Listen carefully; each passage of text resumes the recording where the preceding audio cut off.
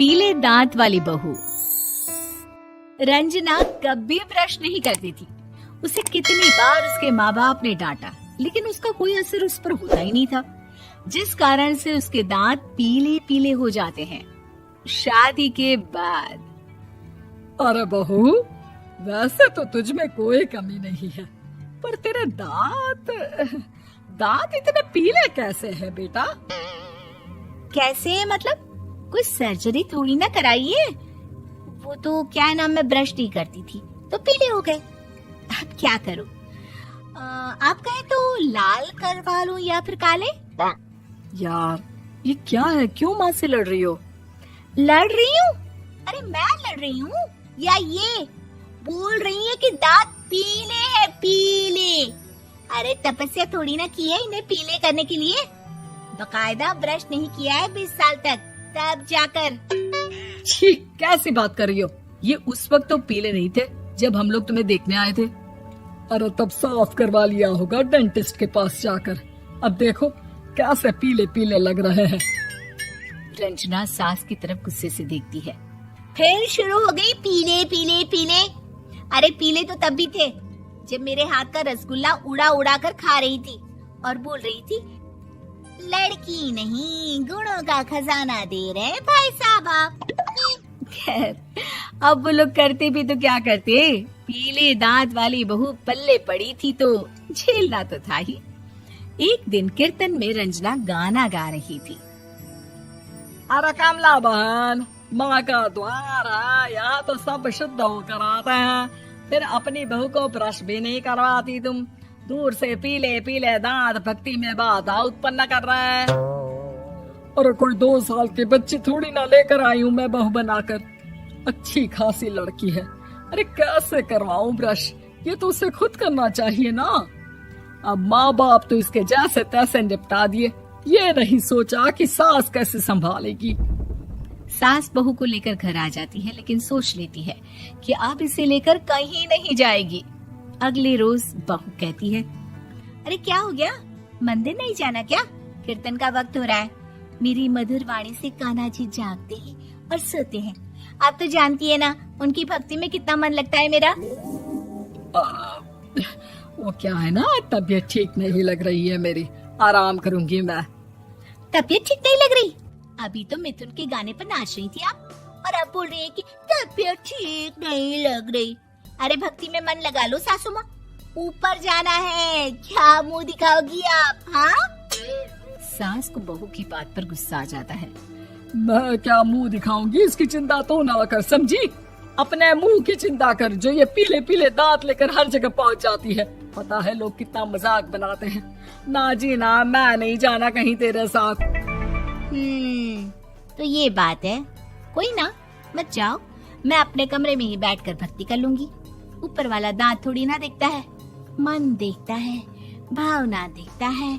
और अरे बस बस, तू सब कुछ दिखा, बस ये सफेद चमकदार दांत ना दिखाना किसी को, है? जा यहाँ से। बहू को सास की बात का कोई फर्क नहीं पड़ता, वो तो जैसी थी वैसी ही रह जाती है। सुबह नहाकर किचन में खाना बनाना, फिर खाना खाना, कीर्तन भजन करना और सो जाना। एक दिन, माँ जी मैं सहेली के घर जा रही हूँ, शाम को लेट आऊंगी। हाँ, तो जाना, मैंने कौन सा तेरी आरती करनी है घर पर बैठकर। रंजना सहेली के घर जाती है, जहाँ वो पार्टी में जाने की तैयारी कर रही होती है। अरे शिखा, कहाँ जाने की तैयारी कर रही है? मैं गलत वक्त पर आ गई क्या? अरे नहीं यार, उल्टा सही वक्त पर आ गया। मैंने ये साड़ी और ज्वेलरी निकाली है यार, शाम को इनके ऑफिस की एक पार्टी में जाना है। बताना कैसा लग रहा है ये सब? नहीं यार, इस ड्रेस के साथ तो वो वाली ज्वेलरी अच्छी लगेगी। हाँ, सही बोल रही है, मैंने ध्यान ही नहीं दिया। वैसे तो हमेशा से मस्त फैशन सेंस रखती है। तो बड़ा जाती होगी ना पति के साथ पार्टी में। रंजना कुछ नहीं बोलती, बस सोचती है कि यार काश ये बात सही हो जाती, पर मैं क्यों नहीं जाती पार्टी में? क्या इन लोगों की कोई पार्टी होती नहीं होगी?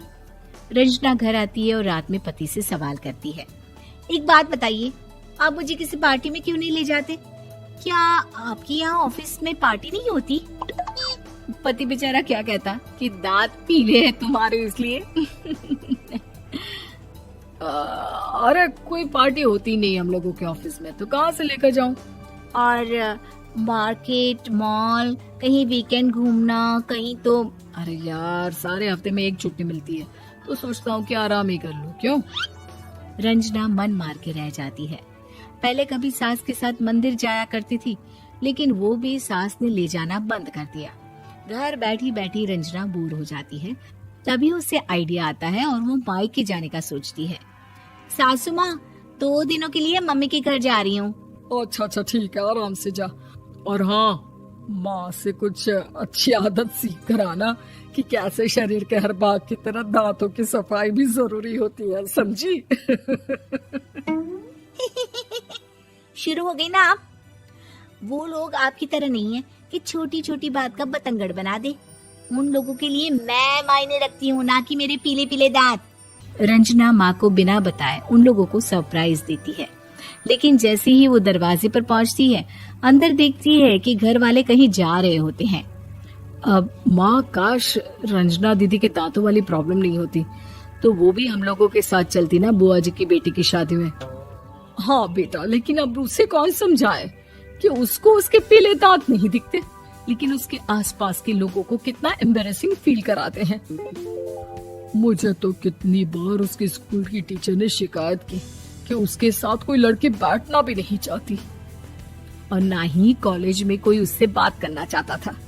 लेकिन पता नहीं क्यों उसे ये बात समझ में ही नहीं आती। कोई कमी नहीं है उस लड़की में, बस यही कि दांत पीले हैं। वो तो भला हो जीजा जी और उनकी माँ का, जो दीदी को जैसी है वैसे ही रखा हुआ है। रंजना को अपने घर वालों की बात सुनकर बहुत दुख होता है। वो सोचती है कि वो क्या करे, लेकिन फिर वो सीधा डेंटिस्ट के पास जाती है, अपने दांत चमकाती है और कसम खाती है कि वो रोज ब्रश करेगी। अरे क्या हो गया?